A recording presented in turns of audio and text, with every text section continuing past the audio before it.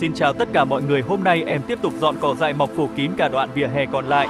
Đoạn vỉa hè mà mọi người xem những video trước khác với đoạn vỉa hè này là đang còn một lối đi nhỏ. Còn đoạn vỉa hè này thì đã bị lũ cỏ dại xâm chiếm hoàn toàn và đã trở thành đoạn vỉa hè bị bỏ quên ạ. Và đặc biệt đoạn vỉa hè này có rất nhiều cây cỏ lau, loại cỏ dại này rất khó xử lý, dễ ăn sâu và bám rất là chắc. Nếu không cẩn thận còn có thể bị những chiếc lá cứa vào người thì cực kỳ đau đó ạ. Nhưng dù gì đi nữa, dù khó khăn đến mấy thì dưới bàn tay rắn giỏi cùng với sự kiên trì và cố gắng thì tất cả chúng ta ai cũng có thể xử lý được bọn cỏ dại này mọi người ạ. Mọi người hãy xem hành trình xử lý đoạn vỉa hè này của em nhé. Nếu xem video thấy việc làm của em có ý nghĩa, có ích cho xã hội thì hãy chia sẻ, nhấn theo dõi follow kênh.